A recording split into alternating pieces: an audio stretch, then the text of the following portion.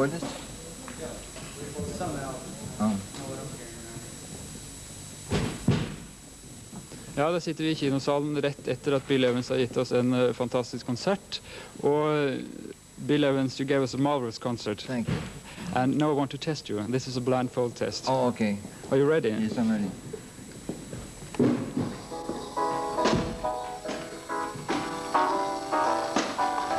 Oh, yeah, sure, I remember that. I Love You from the first album. Yeah. That's, yes. That's many years ago now. Many years ago, but I still enjoy that record. You often listen to your old records? Well, I didn't for many, many years, but the last couple of years, I've been listening to my own records more and going all the way back and trying to learn something, because I did things then that I don't do now, and vice versa, and I can hear myself much more objectively as another person would hear me when I listen to my early records. So I have been listening to myself more. But you did this record about 25 years ago. That's something. right, that's right. And in the end of the 50s, you played with Miles Davis. Yes. And you made a record with him too. Yes, a couple of records, right. Yes. Mm-hmm. What record did you enjoy best playing with Miles Davis? Well, I enjoyed both, the ones with Green Dolphin Street and Stella by Starlight and those, Love for Sale. Then there was also one that they released recently, which we didn't even know was being recorded. They called Jazz at the Plaza. It was a party. And what I like about that record was it had Philly Joe Jones still in the band, whereas Jazz track with Green Dolphin Street and Kind of Blue was with Jimmy Cobb.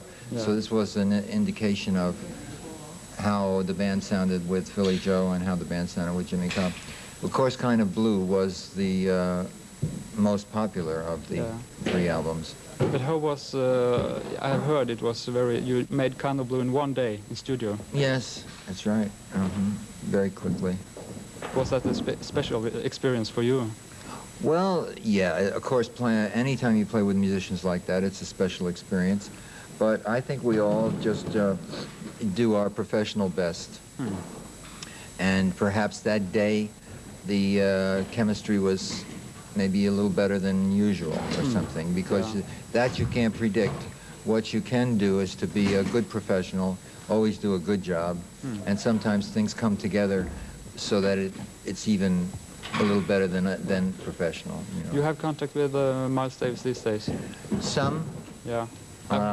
I saw him, well, now it must be a year ago, because I had heard these rumors, so many rumors around, you know, about Miles, and somebody told me he was very sick, and they thought he was going to die, and he looked wonderful, and, you know, so I heard one some days ago. He's going to studio next week. What do you think? You always hear those rumors, too, and then he might go to the studio, but he doesn't record, or he might not go to the studio. I don't know. But I know that when I last saw him, he didn't seem to have any intention of coming out and playing in public. He might record, I don't know. But you had a big trio with Scott LaFaro and Paul Motion. Yes. And you always perform with trios. Yes. Why do you do that? Well, for me, it's a very pure group, but primarily I am more in control of the music. Excuse me. Yeah. I can shape the music, and I state the theme. I keep the flow going. And the way we work, for instance, there's no talking.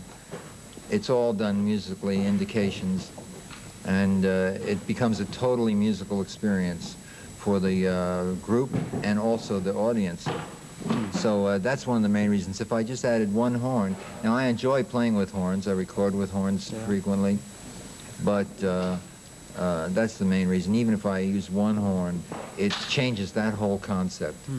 Because then the thematic statements and all are out of my hands. Yeah. What do you think about the audience here in Malmö today? Oh, it was excellent audience. But I noticed that the audience are young people today, more than some years ago. Everywhere it's the same. It's maybe 80% young people, you know. I think they're discriminating young people, or they wouldn't be here. Otherwise they would go with the masses and just, you know. Why do you think young people listen more to jazz these days? Well, I think some young people want a deeper experience. Some people just want to be hit over the head, you know, and then if they hit hard enough, maybe they feel something, you know. But some people want to get inside of something and discover maybe more richness. And I think it will always be the same. They're not going to be the great percentage of the people. The great percentage of the people don't want a challenge. They want something to be done to them. They don't want to participate. But there will always be maybe 15%, maybe 15%, that desire something more, and they'll search it out. And that's where art is, I think. Does the audience response mean very much to you when you play? Well, it's not primary. It means a lot to me, but primarily I know what's happening, you know. And sometimes when I think it's really happening, the audience, they do pick it up, but they may not pick it up as strongly as I feel it. And sometimes I think nothing is happening, and they still respond. And they're right, because we are professional and we are experienced, and therefore we're able to do a certain degree, always. You have got almost a new trio now. Yes, this is almost 2 years now with this trio, yes. And I love this trio. It's a kind of a live trio. The music is alive with this trio. It's a wonderful trio, maybe the best one I ever had. Do you compare the trios you have had? Do you compare this trio with the trio with Scott laBarbera and Paul Motion? Yes, I don't compare them qualitatively so much, but characteristically, I think this trio resembles the first trio more than any other trio I've had, definitely. This trio is related to the first trio, and in some ways the music is evolving and growing of itself like the first trio. But all the trios I've had I loved, and we've, you know, had special experiences.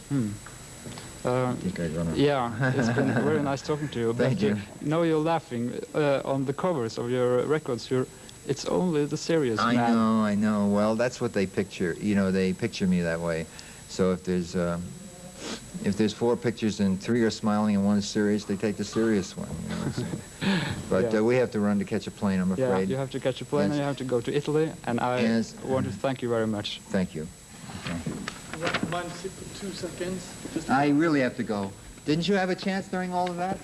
Yes, but I would like to have you with the piano. No, it's too late. I'm sorry. Han må få lov å dra. Skal dra flyet.